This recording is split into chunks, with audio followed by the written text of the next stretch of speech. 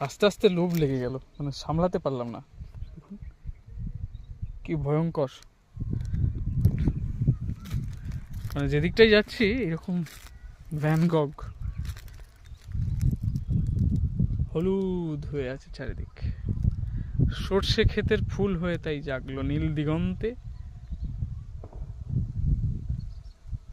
দেখুন, তার মধ্যে এরকম হাওয়া।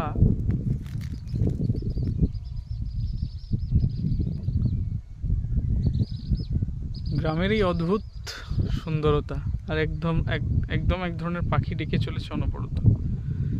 এখন ঠিক দুপুর, সূর্য একদম মাঝ আকাশ থেকে একটু নিচের দিকে, আর এটা আমার গ্রাম।